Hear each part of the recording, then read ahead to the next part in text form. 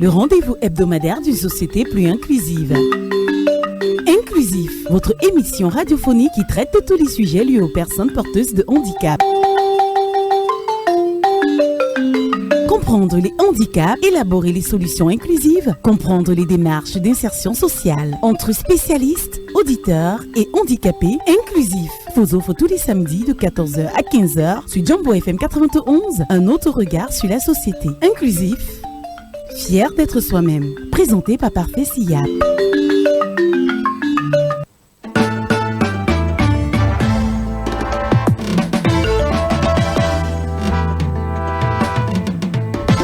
Jumbo FM, the only one.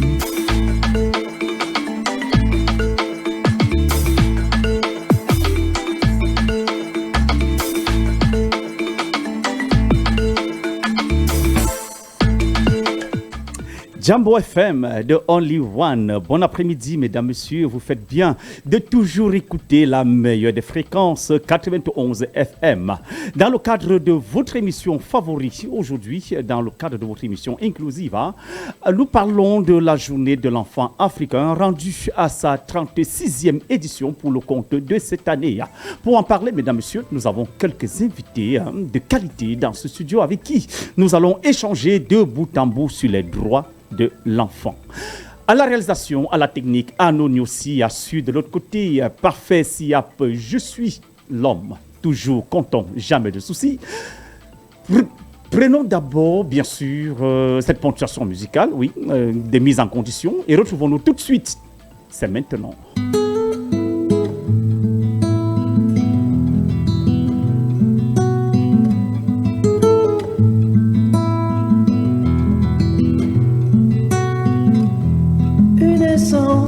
Un cri, une douleur, un bruit, un cœur très doux, ami, un cœur qui bat la vie.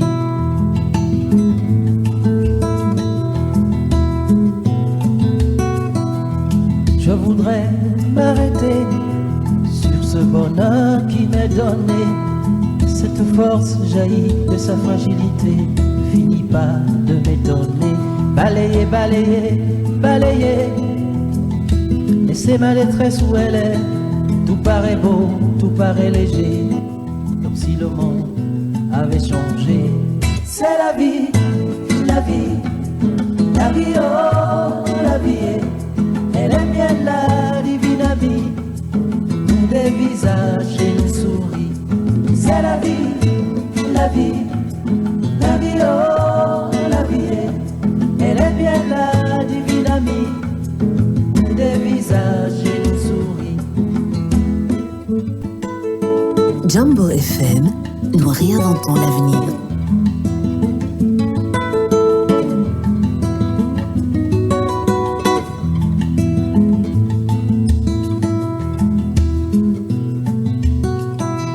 Une caresse, une joie, un sourire, une voix, une main tremblante et moi, une âme qui vit de toi.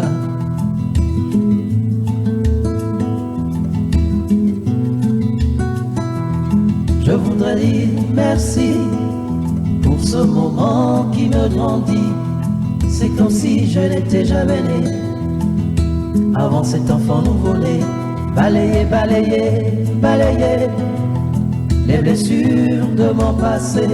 Tout paraît beau, tout paraît léger, comme si le monde allait changer. C'est la vie, la vie, la vie, oh, la vie. C'est du mystère, de la magie. Je me sens paix, ça me ravit. C'est la vie, la vie, la vie, oh, la vie. Elle est bien la divine amie, me donne des ailes et des envies. C'est la vie, la vie, la vie, oh, la vie. Elle est bien la divine amie, nous des visages et nous souris. C'est la vie, la vie, la vie, oh, la vie. Elle est bien la divine amie, nous des visages et nous souris.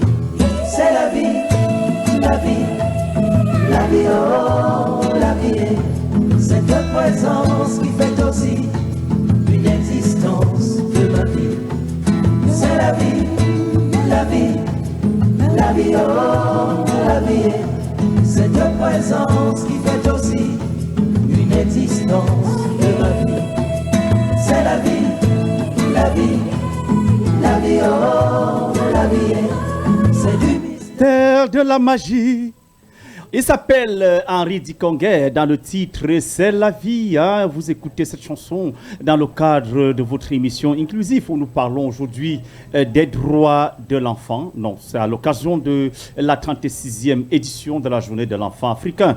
Mais avant d'entrer dans le vif de notre sujet, nous allons souhaiter un HBD à quelqu'un de très cher, un fidèle abonné de cette émission. C'est mon frangin, je l'ai nommé Stéphane Tchandja. Happy birthday! C'est parti!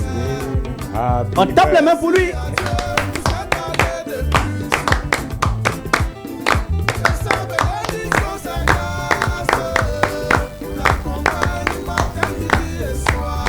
Ah oui! Ce jour, 20 juin, il a poussé son premier cri. Il a un cheveu blanc de plus. Hein, et ça va manger fort ce soir. Du gâteau, du champagne doit couler à flot. Ah non! Tu fais le travail!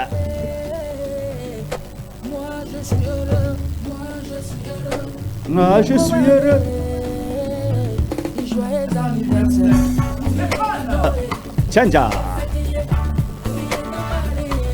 Joyeux anniversaire. On tape les mains. Joyeux anniversaire. Joyeux anniversaire.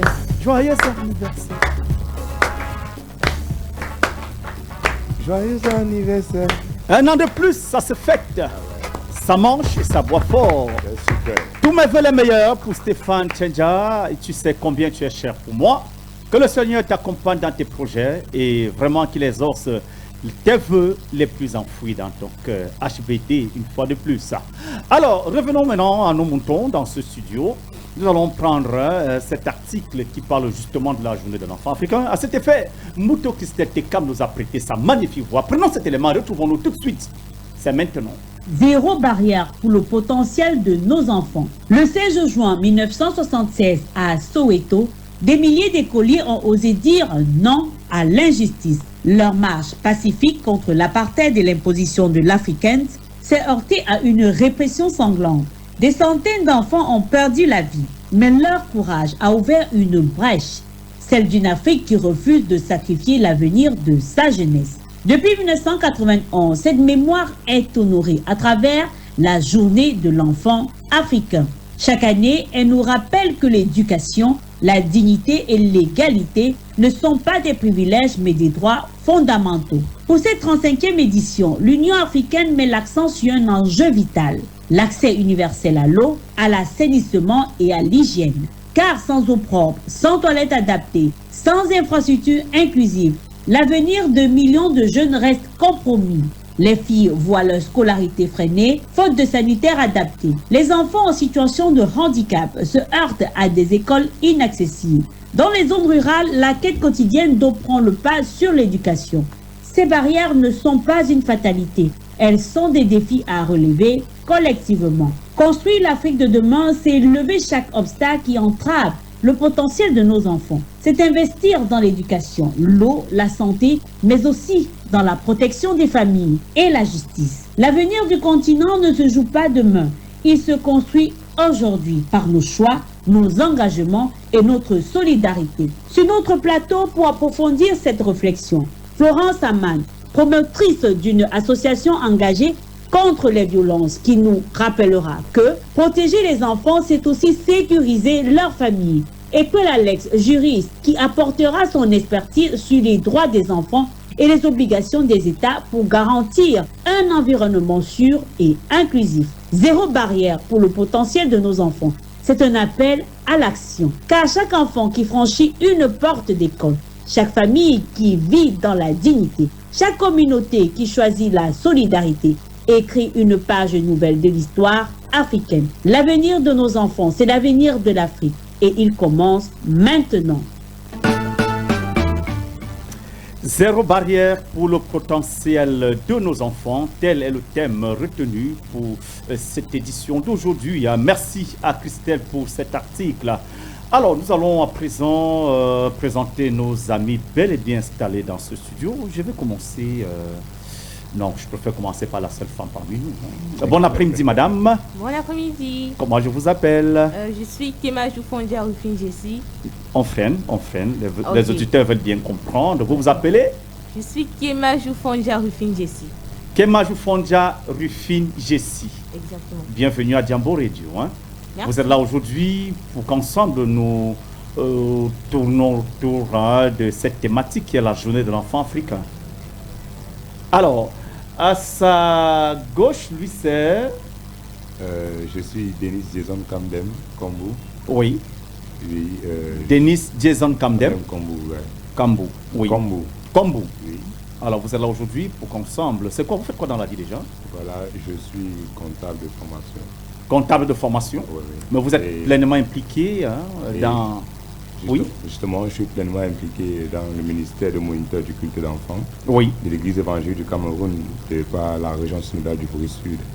D'accord. Et professionnellement, je suis dans le département de vente à Capital Trading Company. D'accord. Et vous, madame, vous faites quoi dans la vie déjà?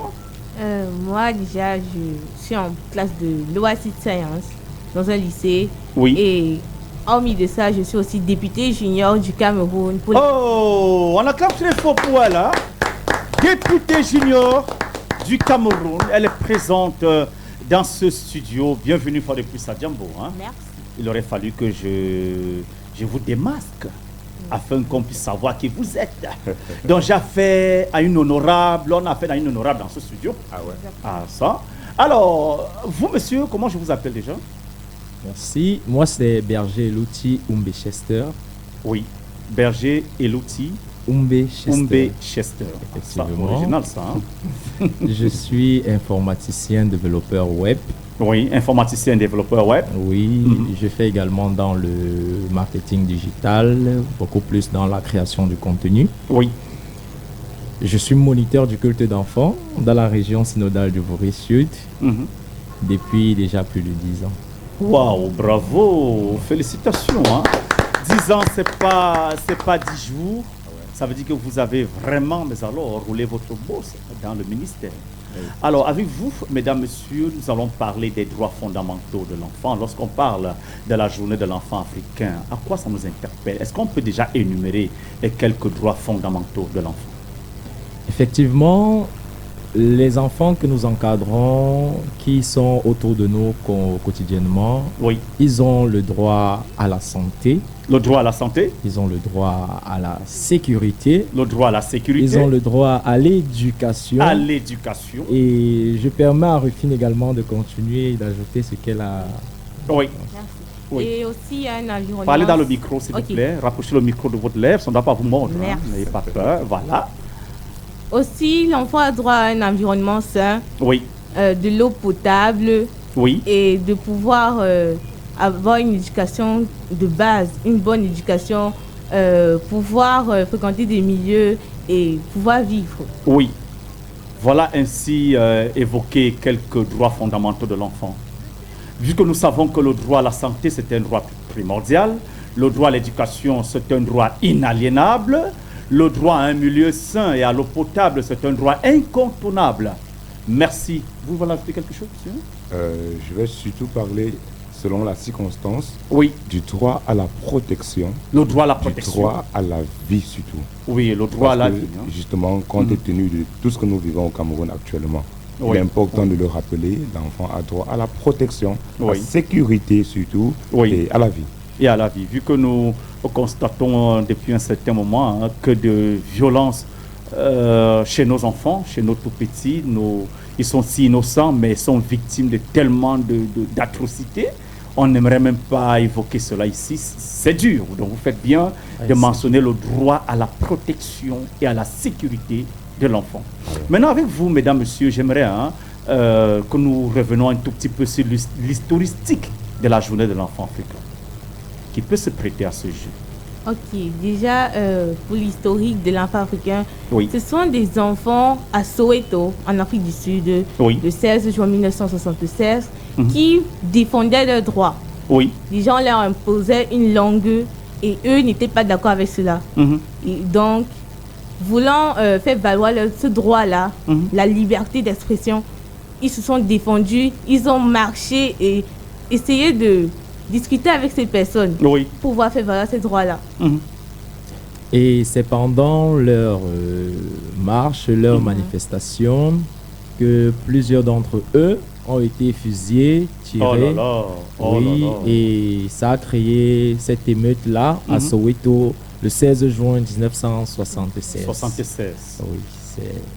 Mon Dieu. Parfaitement, parfait. Je vais y ajouter que ceci s'est fait dans une circonstance où l'enfant est en manque d'éducation, l'enfant est en manque d'accompagnement, l'enfant voit un avenir déjà raté dès la base, dès la naissance, et nous voyons le courage de ces enfants qui prennent le devant, qui prennent de l'autorité, qui prennent de l'action patriotique, de l'action sociale, non seulement pour eux-mêmes, mais pour toute une génération qui doit être sauvée. Bien sûr. Et c'est là où l'Afrique a bien voulu se souvenir de cela, a bien voulu marteler encore plus fort le droit de l'enfance à travers le 16 juin. Oui. Voilà, c'est pourquoi nous sommes là. Et aujourd'hui, vous défendez fermement ces droits. Vous êtes dans la protection absolue de ces enfants qui n'ont pas demandé à naître, mais qui aujourd'hui sont victimes de tout ce qui se passe dans notre société. Parlez-nous également, parlez-nous de vos actions que vous menez sur le terrain au quotidien. Voilà, en parlant d'action sur le terrain au quotidien, déjà nous appartenons à un ministère, comme nous l'avons dit, nous sommes des moniteurs du culte d'enfants de l'église évangélique du Cameroun. Et si nous allons parler de nos actions, nous allons parler un peu de l'historique du culte d'enfants de l'église évangélique qui est né depuis par un journaliste, Robert Requès, qui a vu des enfants déjà qui étaient abandonnés, lors des différentes guerres, et a décidé de les réunir pour les accorder une éducation holistique. Et en cela, l'église évangélique du Cameroun a trouvé que ces enfants sont un patrimoine à préserver, que l'éducation de l'enfant fait partie même de l'essence de la nation de demain. Voilà, et a décidé d'encadrer ces enfants de manière holistique, en les accordant des éducations chrétiennes, à savoir spirituelles, sociales et même intellectuelles dans la base. Maintenant, avec le développement des écoles au fur et à mesure, nous sommes rentrés dans un encadrement holistique, c'est-à-dire chrétien, social et patriotique. Donc, du coup, nous avons pris cette journée de l'enfant africain, de par l'église évangélique, comme étant une action véritable, comme étant un couloir non incontournable pour l'avenir de l'église et même pour l'avenir du Cameroun. Voilà, et par nos actions au quotidien, nous avons les visites dans des hôpitaux, les malades. Nous avons des actions sociales que nous menons à travers l'encouragement à l'éducation, la sensibilisation à la protection et aux droits de l'enfant. Par exemple, dans le contexte de cette journée de l'enfant africain, qui a commencé chez nous, au Vaury Sud, depuis le 10 mai, où chez nous, nous avons pris comme un festival de l'enfant africain. Nous avons mené des actions aux personnes défavorisées et nous avons mené des actions à la sensibilisation sur l'eau potable, comme le thème nous le dit. Nous sommes à une course vers l'accès universel à l'eau, à l'hygiène et à l'assainissement pour chaque enfant. Donc nous avons encouru vers la sensibilisation à l'eau potable, à l'assainissement. Nous avons fait des défilés patriotiques. Déjà, l'apothéose était aujourd'hui. Nous avons fait la caravane. Ah, c'est aujourd'hui l'apothéose. Ah oui, c'est aujourd'hui l'apothéose. Nous avons fait une grande caravane des 3 pôles de Newbel. L'autre commençait depuis Saint-Michel et l'autre a pris depuis la mairie de Douala 2e et l'autre a pris depuis Source du quartier, avec des plaques évangéliques, avec des plaques sociales et accompagnées de toute une multitude. Et nous devons noter que le sous-préfet de Douala 2e a pris cela en charge par la protection à travers les services militaires qui nous ont entourés. Waouh, on va acclamer très fort comme ça pour ces actions, ces actions assez humanitaires à l'endroit de ces enfants. Quelqu'un d'autre voudrait ajouter quelque chose? Oui, comme action concrète également, les moniteurs du culte d'enfants ne s'arrêtent pas juste à encadrer les enfants le dimanche. Le moniteur du culte de l'enfant, c'est celui-là qui se soucie si l'enfant, au cours de la semaine, est en santé. Oui. Le moniteur du culte de l'enfant, c'est celui qui comprend la préoccupation du parent lorsqu'il crie à l'éducation de l'enfant, parce que parmi les moniteurs, il y a également des personnes qui sont des répétiteurs. Oui. Donc, comme action concrète, il y a des moniteurs qui encadrent et forment les enfants, chaque jour dans leur école. Comme l'a si bien dit Denis, c'est un encadrement holistique. Complet, que ce soit socio-psychologique, que ce soit école, que ce soit chrétienne. Le moniteur du culte d'enfants pose continuellement des actions pour pouvoir faire prévaloir les droits de ces enfants-là. Mon Dieu. Et dites-nous, partagez, d'où vous viennent ces motivations de consacrer toute une vie à encadrer les enfants qui ne sont pas des vôtres? Parce que c'est quelque chose, il faut en parler. Beaucoup, il y en a, même dans des familles, on rencontre tout le temps qui n'ont vraiment pas le temps des enfants. D'où viennent ces motivations? Déjà, la motivation, elle est individuelle. Je vais parler pour moi. Oui. Et voilà. Les autres vont se battre. Oui, effectivement. Voilà. Oui. Bien, Berger Louti, Louis, sa motivation première vient de l'amour pour les enfants. L'amour pour les enfants. Cet amour pour les enfants, l'amour pour les enfants, qui est jour après jour fortifié par les saintes écritures que nous lisons, parce que nous nous considérons comme un ministère. Naturellement. Et le ministère est institué par le Seigneur dans sa parole. Et au jour le jour, nous mûrissons notre engouement, notre amour pour les enfants au travers de ce qu'il dit dans sa parole, parce que c'est le chemin pour nous, c'est la vérité pour nous. Oh là là, bravo, bravo.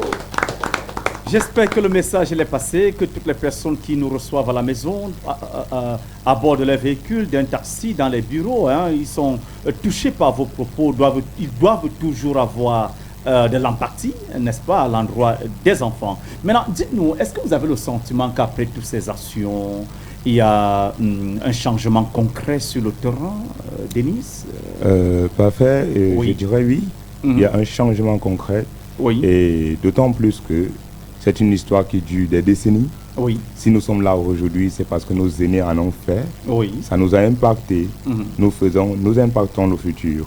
Et j'ai lu tout à l'heure, à l'entrée là, un auteur, Rosa Parks, il faut vivre sa vie en essayant d'en faire un modèle pour les autres. On va reprendre, il faut vivre sa vie en essayant d'en faire un modèle pour les autres. Donc du coup, au fur et à mesure, c'est une action qui s'élève par une personne qui a une idée. Cette idée arrive à point nommé à des cœurs. Des cœurs la reçoivent et la trouvent pertinente, la mènent en action. Une personne commence, l'autre suit, au fur et à mesure. Et ainsi de suite. Et après, il ne s'agit plus de l'église évangélique du Cameroun. Après, il ne s'agit plus du culte d'enfants. Il s'agit de toute une société. Il s'agit de toute une nation. Après, il s'agit de toute l'Afrique. L'exemple, les enfants sont levés en Afrique du Sud, à Soweto. Il s'agissait là de l'Afrique du Sud. Il s'agissait là d'un groupement de personnes. Bien sûr. Mais ça a pris toute l'Afrique. Et aujourd'hui, nous voyons dans tout le monde entier, la journée de l'enfant africain est reconnue comme étant une journée où nous martelons encore une réclamation, où des lois sont réfléchies pour l'encadrement de ces enfants. Et donc, du coup, nous croyons fermement que ces actions sont vues et chaque jour sont suivies et des personnes rentrent encore dans une peau de réflexion pour pouvoir mener cette lutte encore plus haut. Alors, dites-nous, d'après vous, qu'est-ce qui explique donc le fait que nous rencontrons toujours des enfants violentés dans des familles, dans notre société? D'après vous, qu'est-ce qui peut expliquer ce phénomène et qu'est-ce qu'il faut y faire pour éradiquer cela totalement dans notre société? Éradiquer totalement, c'est pas une chose simple à faire parce que nous sommes des hommes et en tant qu'hommes, nous sommes des êtres changeants. Je m'explique. Berger Louti, qui je suis avec ses frères ici sur le plateau, peuvent avoir cette vision de changer le monde au travers de leurs actions. Mais est-ce que la vision portée par nous est la même que les autres? Alors, ce qu'on fait, c'est qu'on rend nos actions plus impactantes. Alors, pour ceux qui veulent se rallier à notre cause, on mène les mécanismes pour pouvoir éradiquer complètement les violences et tout ce qui va avec à l'endroit des enfants. Maintenant, pour ceux-là qui n'arrivent pas à prendre le train en main et qui se met en marche en étant des auteurs de ces viols, la simple chose qu'on peut faire, c'est de les poursuivre, comme notre gouvernement le fait, mais aussi de continuer à sensibiliser, parce que on ne peut pas juste employer des méthodes fortes, mais au travers aussi de la sensibilisation et de nos prières, beaucoup de choses peuvent changer. Beaucoup de choses peuvent changer. Mais dis-moi, est-ce que vous restez essentiellement concentré à Douala? Que faites-vous comme action dans d'autres métropoles du Cameroun? Voilà, parfait. S'il vous plaît, avant d'arriver à cette question, je vais pas ajouter un élément de complément à la réponse de mon frère Berger. Vous avez parlé des causes, des crises et des crimes aux enfants. Nous allons dire tout part de la base. Les discours enlevés de nos dirigeants ont l'habitude de dire la jeunesse est le fer de lance de la nation. Et si cette jeunesse doit être reconstruite, elle est reconstruite dès la base, c'est-à-dire la mamelle, la souche familiale. Raison pour laquelle dans le culte d'enfants, nous avons un département qui s'occupe concrètement des affaires familiales, qui s'occupe concrètement des affaires des parents, le suivi des parents et autres. Parce que nous avons remarqué que dans notre société aujourd'hui, par la précarité, plus par la précarité et le besoin, les parents sortent le plus souvent pour chercher de l'argent, pour nourrir ses enfants, mais ne s'occupent pas de leur éducation réelle. À l'école, nous avons appris ce qu'on appelle les attitudes civiques et morales. Tout part de là. Tout part de là, tout part de là. Des personnes qui n'ont pas acquis ces attitudes civiques et morales dès la base et qui n'ont pas fait de cela comme étant un modèle d'impact d'action dans la société, se trouvent détournés. Et pour d'autres qui n'ont pas pris aussi la parole de Dieu comme étant un socle de leur vie, se trouvent également détournés. Nous voyons une absence criarde d'amour dans les familles. Nous voyons une absence criarde de conversation dans des familles. Nous voyons des familles qui se déchirent. Et ces familles qui se déchirent, les enfants copient l'exemple de leurs parents. Voilà pourquoi une des leçons que nous passons au niveau de la formation des moniteurs, c'est que l'enfant n'écoute pas ce que tu lui dis. L'enfant copie. Et pour éradiquer totalement, nous devons avoir des jeunes modèles. Des jeunes qui ne se limitent pas à parler, des jeunes qui agissent concrètement, des jeunes qui sont prêts. J'ai vu également un autre auteur qui a dit là que le sacrifice pour que les personnes comprennent vos droits, pour que les personnes comprennent quels sont vos droits et les respectent, c'est la mort. Nous avons besoin des personnes qui sont prêts à aller jusqu'au bout. Même s'il faut la mort, comme l'a fait les enfants de Soweto, pour réclamer la justice, pour montrer aux personnes combien il est important de vivre dans un environnement de paix, dans un environnement sain, dans un environnement protégé à l'endroit de ces enfants. Et comme l'a fait Jésus-Christ, nous devons être capables de le faire. Et nous croyons que si chacun, progressivement, essaye d'aller dans cette marche, le Cameroun, la nation et même le monde entier deviendra meilleur. Meilleur, bien sûr. Voilà. Merci pour ces propos. Je vais rendre un petit témoignage que j'observe souvent parmi quelques enfants dans la société. Vous voyez des enfants qui sont encadrés par des moniteurs de culte d'enfants comme vous. Ils ont une certaine attitude qu'ils adoptent vis-à-vis de certains enfants. Ça, c'est pour attirer déjà l'attention de tous nos auditrices et auditeurs, nos mamans, nos papas à la maison, de penser toujours à envoyer les enfants pour que les moniteurs de culte les encadrent, parce qu'il y a quelque chose dans la mentalité. Je vous prends un exemple. Lorsque tu vas chez un enfant, en famille, donc l'enfant est encadré par un moniteur de culte, quand tu entres, bonjour, bienvenue, je vous sers un verre d'eau. Oh, quel accueil! Et l'enfant va vous chercher un verre d'eau, il vous apporte avec une bouteille, un verre bien propre, il vous sert de l'eau, vous consommez. C'est-à-dire, vous êtes surpris de l'enfant.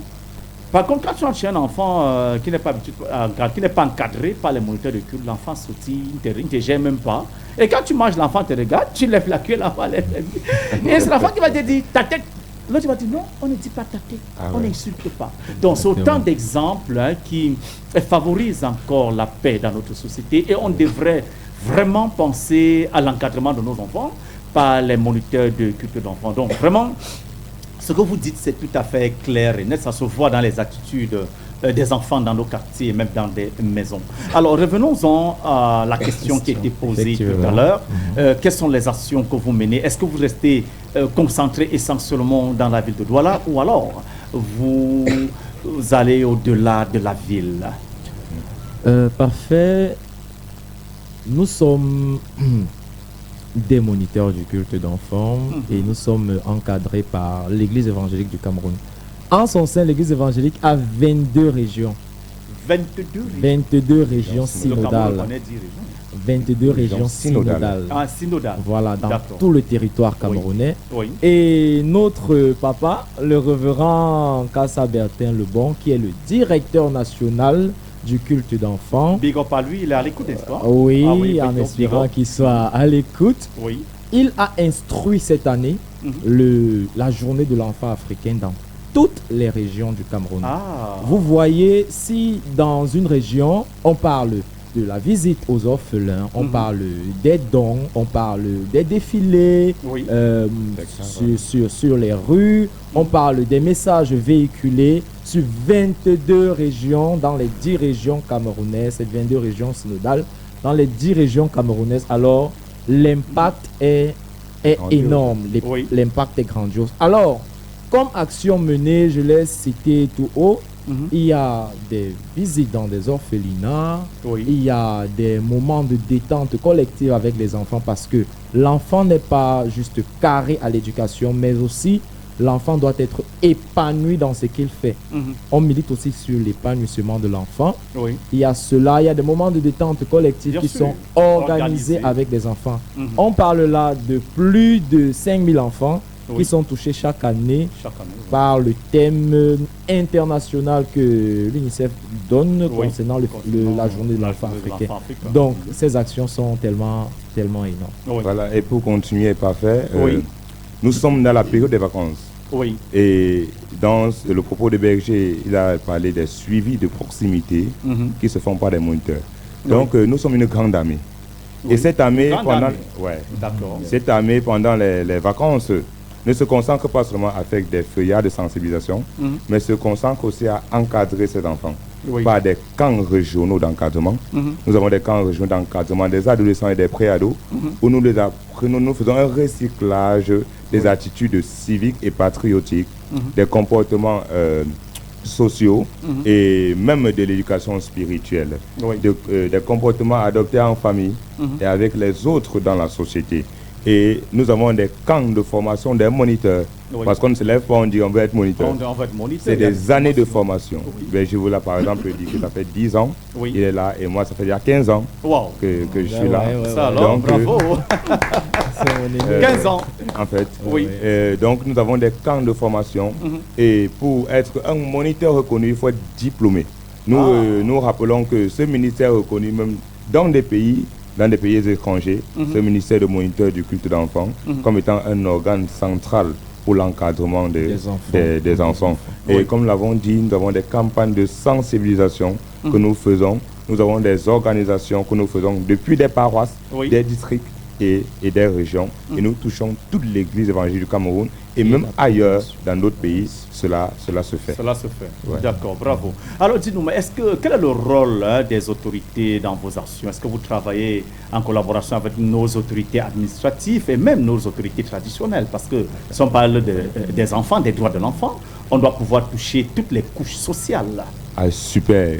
Voilà, parfait. Tout à l'heure dans mon propos à l'entame, je vous ai dit, à travers l'encadrement des défilés, nous avons eu 3 recommandations du sous-préfet qui a veillé à ce que les compagnies situées dans l'arrondissement de Douala 2e puissent nous encadrer pour ces défilés. Voilà la première action. Voilà la première action des autorités. Nous parlerons également de la mairie de Douala 2e, qui est par le maire Denis Fampo, qui était la maman. Un chef-d'œuvre. Elle était là pour l'encadrement. La preuve, la finale du tournoi de la paix du Boris Sud, du Festival de l'enfant africain, cette année, s'est joué dans le stade municipal Fampo d'Agopé. Oui, justement. Et elle nous a offert gracieusement. Elle a suivi ce dossier institutionnellement, l'accompagnement social s'est fait. Et comme nous voyons, nous pouvons les voir au grand podium du côté de la station missionnaire du collège évangélique en train de festoyer parce que l'encadrement institutionnel a été fait, l'encadrement étatique a été fait, les municipalités sont données, le sous-préfet s'est donné et même des entreprises se sont données. Nous voyons Capital Trading Company, la société produit le détergent aux îles, le lait de lac, le sucre Moyo. Ils se sont donnés avec même des gadgets pour remettre aux enfants à cet effet. Nous voyons la société MTN qui s'est grandement donnée pour l'œuvre. Donc nous voyons que nous le disons déjà merci pour cela. Entreprises citoyennes. Donc nous voyons qu'il ne s'agit plus seulement de l'église évangélique ou du culte d'enfants, mais il s'agit de toute une société qui doit être transformée. D'accord. Voilà. Merci. Pourquoi ma chérie ici en face de moi n'a pas parlé depuis, non? On est quand même à la femme. Elle a certainement des choses qu'elle accumule depuis dans son ventre. Là. Maman, lâche-toi, Mamisa. Dis-nous. Notre parlementaire junior. Et il faut honorable. Il faut noter que elle est la représentatrice des parlementaires juniors du Boris Sud et fait partie également des députés juniors du Cameroun. Et nous avons eu la conférence des parlementaires juniors le dimanche 14. Et à l'issue de cette conférence, nous avons fait un plaidoyer. Donc elle sera chargée de nous la donner et même au festival, elle pourra nous la donner. D'accord, voilà. Donc nous restons accrochés à ses lèvres alors. Déjà, merci pour la parole passée. Oui, honorable. Cordialement à tous, recevez mes salutations les plus sincères. Merci. Je suis Kemajou Fonja Rufin-Jessi, parlementaire junior pour le compte du FEA, pour la 37e édition du FEA 2026. Oui. Déjà, vous voyez le verre d'eau sale. Déjà, c'est le quotidien de beaucoup de nos enfants. Ensuite, on a le verre d'eau propre, qui est notre objectif, notre mission. Et qui commence là maintenant et interpelle chacun des enfants. Déjà, imaginez que la survie de nos proches dépendait d'une eau contaminée, vectrice de maladies mortelles. Si pour obtenir un simple verre d'eau, vous deviez marcher pendant des heures sous un soleil ardent, et si l'environnement dans lequel vous viviez devenait totalement invivable. Monsieur le Président, membre du jury, distingués invités, en vos titres, grades et protocoles respectifs, c'est pour répondre à ces défis cruciaux et porter la vision d'un avenir plus juste et plus sain que nous sollicitons votre bienveillante attention aujourd'hui. Un réseau de distribution fiable, des ouvrages hydrauliques salubres et des systèmes d'assainissement modernes au sein de nos ménages constituent l'essence même des solutions aux crises qui troublent notre société. Imaginez un Cameroun où l'eau ne serait plus un luxe, mais une ressource accessible et abordable pour tous. En effet, notre pays possède le deuxième plus grand potentiel en ressources hydrographiques d'Afrique centrale. Pourtant, le réseau de distribution peine à suivre la croissance démographique, particulièrement dans les régions en crise. Nous avons le Grand Nord et les déplacements massifs de population exercent une pression considérable sur les rares points d'eau disponibles. Dans les camps de réfugiés, l'accès à l'eau est devenu une urgence humanitaire absolue pour prévenir les épidémies. Cette situation dramatique découle d'un déficit criant d'infrastructures qui favorise les dépôts sauvages d'ordures, le mauvais drainage des eaux usées et un manque de sensibilisation collective. Nos établissements scolaires sont particulièrement touchés par ça.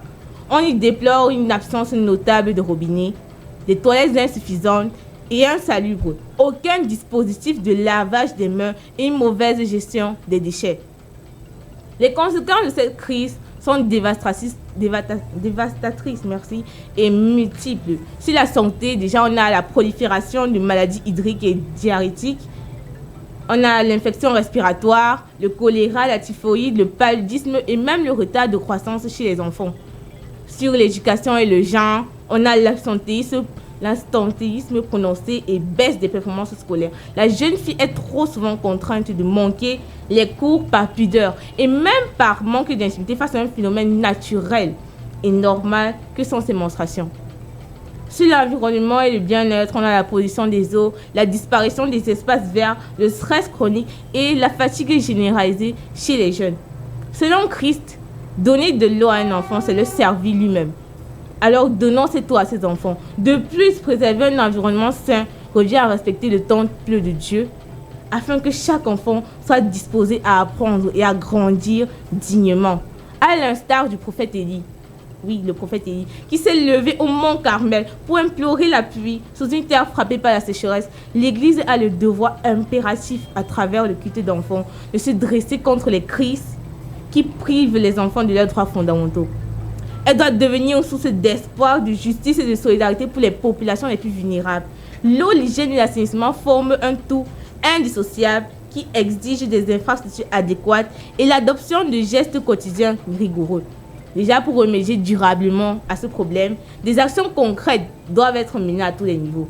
Au niveau individuel et familial, on a la pratique régulière du lavage des mains, le fait de veiller à la douche quotidienne, maintenir une bonne hygiène bucco-dentaire, assurer le nettoyage rigoureux de la maison, l'évacuation adéquate des eaux usées et la propreté des toilettes. Entretenir les réseaux domestiques de distribution, nettoyer les alentours concessions et vidanger les caniveaux, adopter même des méthodes simples de traitement de l'eau à domicile. Veiller à une répartition équitable des tâches ménagères afin de ne pas pénaliser le temps d'études des enfants, mais plutôt de leur monter. Au niveau communautaire et scolaire, on a le fait d'installer des poubelles publiques accessibles à tous dans nos quartiers, que chaque enfant, après avoir pris sa sucette, après avoir acheté sa sucette, il puisse se jeter dans la poubelle. On a le fait d'organiser régulièrement des journées communautaires de salubrité, appliquer le Keep City. On a le fait d'appliquer activement la règle des 3 R, réduire, réutiliser et recycler. On a sensibilisé continuellement les enfants à l'hygiène parce que cela est très important. Assurer la maintenance fréquente des toilettes et des points d'eau dans les écoles et encourager les élèves à utiliser les bacs ordures tout en évitant le gaspillage d'eau. Aussi au niveau des autorités publiques, comme vous avez si bien mentionné il y a quelques minutes, ils sont censés réhabiliter et étendre prioritairement les réseaux de distribution d'eau potable dans tous les quartiers, doter systématiquement les écoles de systèmes d'assainissement modernes et renforcer les contrôles sanitaires sur la qualité des eaux vendues à la criée ou en sachet. Planifier des campagnes municipales de collecte des déchets et appliquer des sanctions fermes contre les incivilités environnementales. Et déjà au niveau de nos paroisses, notre église, on peut construire des points d'eau potable au sein des communautés. On peut intégrer de manière régulière des modules de la justice sociale qui est déjà fait, l'éco-citoyenneté, la responsabilité chrétienne dans les enseignements dispensés aux jeunes. Bien que des efforts aient été fournis par le passé pour améliorer la situation, force est de constater qu'il reste insuffisant. C'est pourquoi, en tant que jeunes et enfants africains, nous lançons aujourd'hui un appel vibrant à la mobilisation. Être jeune ne signifie pas être impuissant ou inutile. Cela signifie avoir un cœur disponible pour servir Dieu et son prochain. Ajuste donc ton équipement, toi, enfant africain. La mission commence maintenant, quand nous sommes le sel de la terre et la lumière du monde. Je vous remercie. Merci. Bravo, honorable. Merci. Bravo, honorable. C'est nous qui vous disons merci. Voir une jeunesse représentée en vous, parler ainsi à une nation, nous pensons que les lignes vont bouger. Je peux me permettre de poser quelques questions honorables. Déjà, tu as dit que tu faisais quelle classe? L'OASI Science. Wow. Première. Première, oui, bien sûr, bien sûr. Donc, l'année prochaine, on attend le baccalauréat. Effectivement. Voilà. Et c'est encore quoi ton nom? Tu as quel âge? Est-ce que je peux me permettre de demander ton âge? J'ai 16 ans. 16 ans, bravo. Bravo. Elle représente la jeunesse tout entière et on espère que les jeunes se sont retrouvés à travers ses propos. Elle lance là une sonnette d'alarme aux autorités, aux citoyens, à tout le monde. Vraiment, lèvons-nous comme un seul homme pour favoriser l'accès, la vie, une vie décente à tous nos enfants, sans distinction aucune. Quelle que soit leur nature, leur origine, les enfants ont droit à une protection absolue. Merci encore, honorable. Nous entrons pratiquement dans la deuxième partie et la dernière ligne droite de notre émission. Nous avons encore environ 10 minutes ensemble. Nous allons immédiatement entrer dans les conseils et les mots de fin. Honorable va souffler d'abord, on va reprendre Honorable à la fin. Je commence par le berger. Ouais. Donc nous sommes déjà à la fin. Hein. Ouais, non, on a encore 10 minutes quand même. Donc prenez votre temps. On aura besoin de continuer, même si c'est après ces 10 minutes. Bien sûr. Oh là là. Bien, ça a tellement été un plaisir d'être ici. Oui. S'il y a un conseil que je souhaite véhiculer à mes frères camerounais et de par le monde entier, c'est d'avoir cet amour pour les enfants, comme nous instruit le Seigneur, parce que le Seigneur dit dans sa parole, laissez venir en moi les petits enfants, car le royaume des cieux est à ceux qui les ressemblent.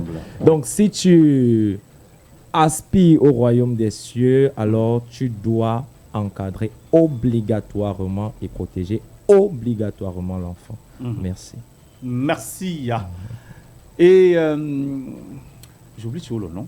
Denis, voilà. Denis. Et c'est que toi, tu parles beaucoup.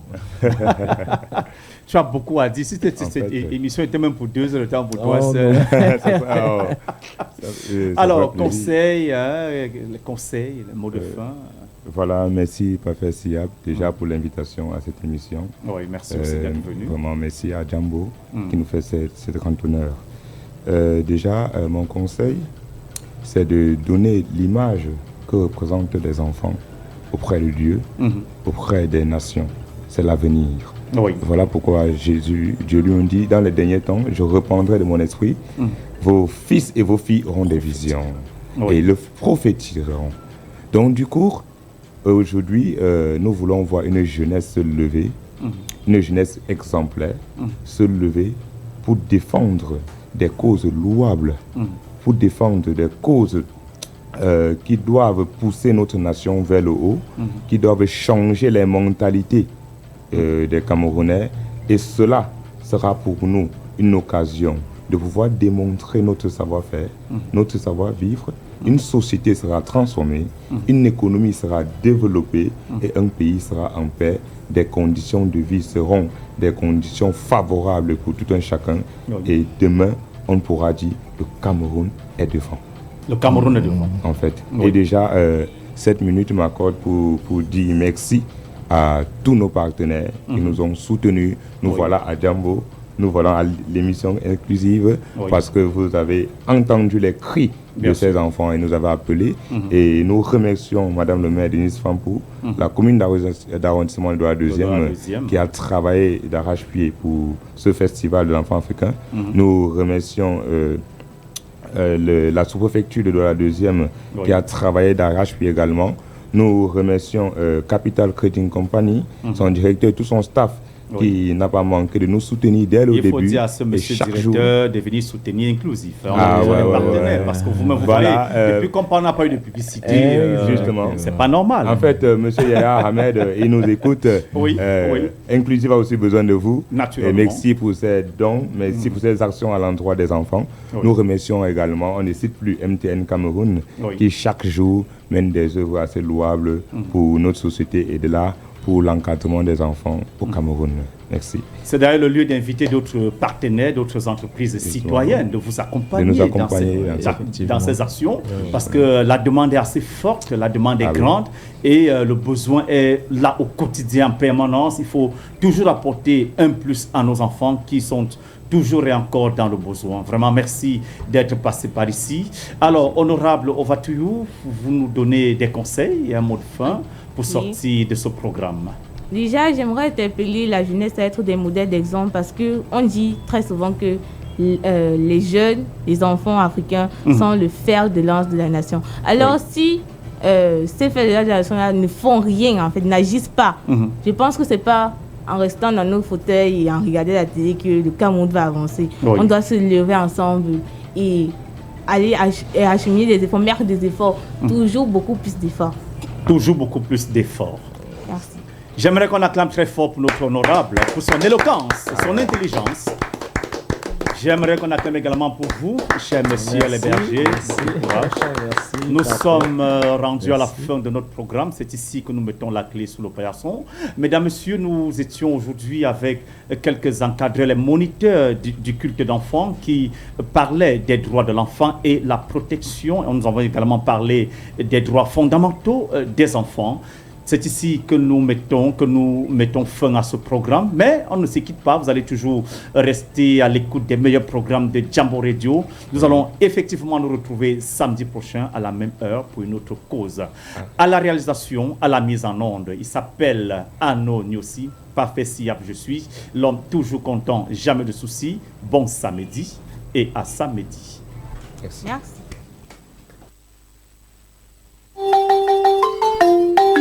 Le rendez-vous hebdomadaire d'une société plus inclusive. Inclusif, votre émission radiophonique qui traite de tous les sujets liés aux personnes porteuses de handicap.